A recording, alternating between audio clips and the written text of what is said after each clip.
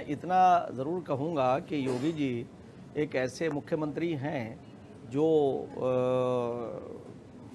एक विज़न के साथ आए हैं और उनका विज़न ये है कि देश सबसे ऊपर है।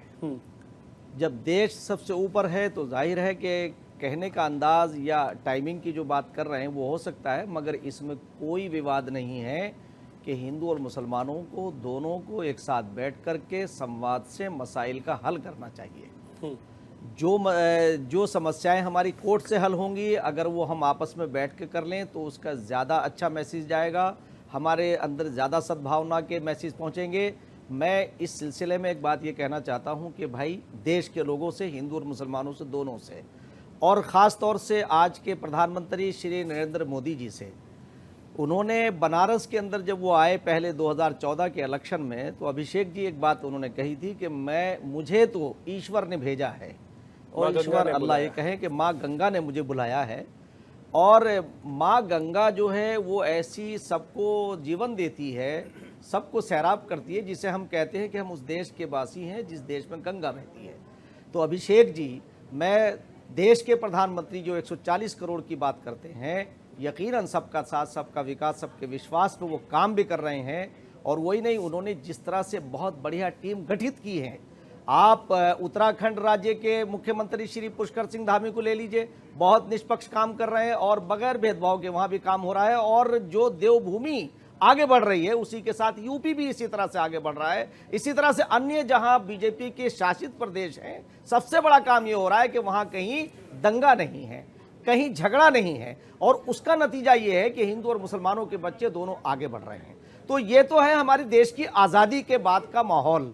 तो मैं ये चाहूँगा कि प्रधानमंत्री इतने ताकतवर हैं कि वो हिंदू और मुसलमानों को एक दिन दोनों को बिठा लें, और दोनों के जो दलाल टाइप के लोग हैं दोनों जगह, जो मीडिएटर हैं, जो इस देश में अपनी रोटियां सेकना चाहते हैं, मैं दावे के साथ ये बात कह रहा हूं कि मस्जिद और मंदिर का मसला उसी दिन हल हो जाएगा जिस दिन हमारे प्रधानमंत्री श्री नरेंद्र मोदी जी योगी जी को भी बिठा लें और सारे अच्छे लोगों को बिठा लें। और जब वो ये कहेंगे भाई मस्जिद भी हमारी है, मंदिर भी हमारा है, तो मैं दावे के साथ कहता हूं कि हम एक देश, श्रेष्ठ देश की तरफ हम बढ़ेंगे।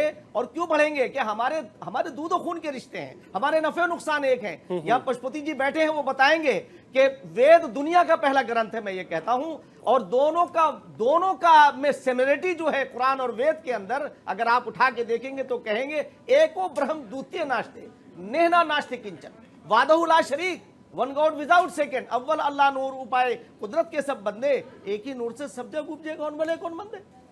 तो इसलिए अभिषेक जी, मैं ये बात कहना चाहता हूं कि हम 76 साल से पहले हम गुलाम थे, और यही नहीं 75 साल नहीं, बल्कि हम तो 200 साल नहीं, हजारों साल से गुलाम थे।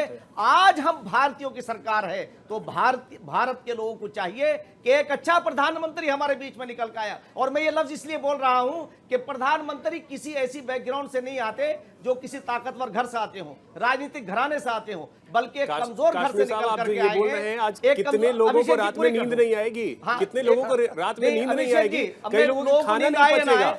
लोगों को नींद आए ना आए, मगर मुझे एक बात और कहनी है जो बहुत सच्ची बात है, कड़वी बात जरा सा बुरी लगती है, मगर उसे सोचने के लिए मैं ये बात कह रहा हूं कि जब हम यहाँ गुलाम थे तो आप ये समझिए कि यहाँ अंग्रेज हमारे साथ क्या हाल करता था।